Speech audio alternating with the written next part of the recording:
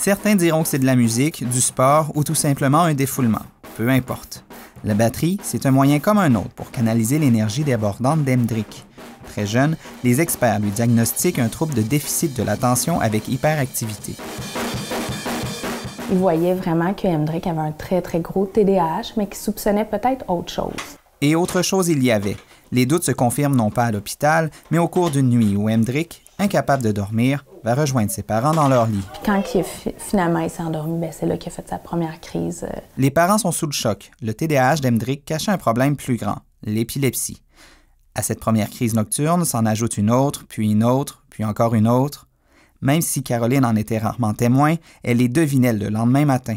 L'enfant se réveillait exténué. Le type de crise qu'il faisait venait vraiment chercher un peu les cellules de son apprentissage.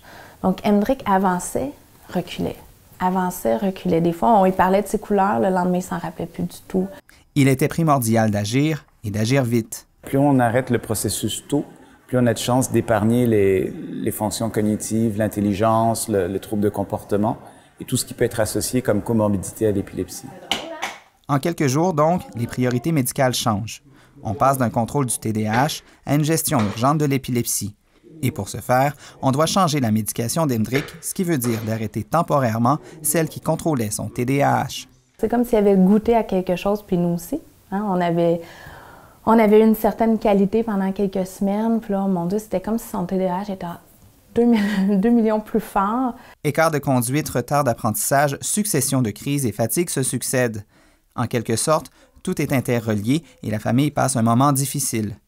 Hendrik est pris en charge par Sainte-Justine. Quand les patients sont potentiellement opérables et potentiellement guérissables, la chirurgie, c'est une solution qui doit être privilégiée. On nous avait parlé d'une possibilité d'opération, puis j'ai appelé, puis j'ai dit là, sérieusement, faites de quoi? Je me sentais un peu au bord du précipice. Mais encore faut-il savoir où opérer. Alors chez Hendrik, c'était plus facile parce que lui, sur son imagerie, on était capable de mettre en évidence une lésion.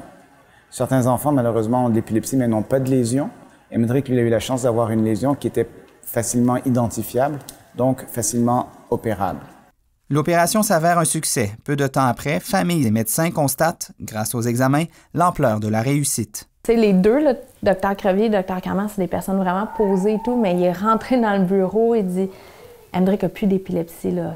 Il y a vraiment un cerveau comme moi puis toi, là. Présentement, aucun champ épileptique. » Et le TDAH d'Hendrik est toujours présent, mais il est moins intense et relativement contrôlé grâce à une médication. Hendrik, c'est comme si, quand il est sorti de son opération, c'est comme si je l'avais accouché une deuxième fois. Là. Il a repris contrôle de sa vie, en fait. T'sais. Pour son enseignante, c'est le jour et la nuit au niveau des apprentissages. Je vous dirais qu'on a commencé à voir que, hop, mon doux, il y a des choses qui restaient le lendemain. Je lui montrais quelque chose, le lendemain, il s'en rappelait. Alors qu'avant ça, ça disparaissait automatiquement. Il ne pouvait même pas, avant, apprendre le nom des amis de la classe, il s'en rappelait même pas. Et le progrès continuait. Puis au retour des fêtes, là, vraiment, là, il a commencé à apprendre des choses. Il a commencé à être capable d'écrire comme il faut. Il a commencé à apprendre le nom des lettres puis à les retenir. Mais il est parti tellement de loin que c'est quasiment un miracle. Là. C'est vraiment beau de le voir. Puis il continue toujours à évoluer, puis c'est ça qui est encourageant. Il évolue lentement, mais il évolue constamment. Par exemple, les enfants qui perdent des acquisitions, une fois que les crises arrêtent, il n'y aura plus de régression. Maintenant, jusqu'à quel point ils vont s'améliorer, ça varie d'un enfant à l'autre. L'épilepsie est quasi chose du passé grâce à l'opération. Une nouvelle vie tend la main au jeune garçon et à sa famille. C'est Hendrik, c'est comme si on lui avait donné la chance de renaître. Tu sais, Hendrik, c'est pas tous les enfants là, qui ont cette chance-là. Là.